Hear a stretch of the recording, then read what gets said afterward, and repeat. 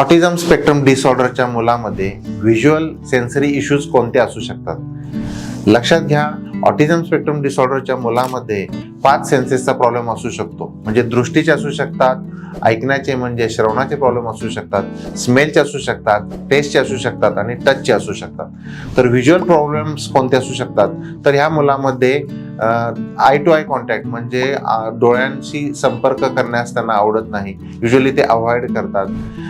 काही ठिकाणी त्यांना जर ब्राईट लाईट असेल, चकाकणाऱ्या गोष्टी असतील, काही पॅटर्न असेल तो त्यांना आवडत नाही, तेव्हा ते इरिटेट होतात, दुर्लक्ष करतात किंवा सूर्याचे जे किरण आहेत त्यांचा पण ते अवॉइड करतात किंवा डोळे बंद करतात. कधी कधी या मुलांना फिरणाऱ्या गोष्टींचं आकर्षण असतं. म्हणजे फॅन फिरत असेल किंवा भोवरा असेल तर त्याकडे ते बघत बसतात आणि त्या गोष्टी त्यांना आवडतात आणि ते आकर्षित होतात.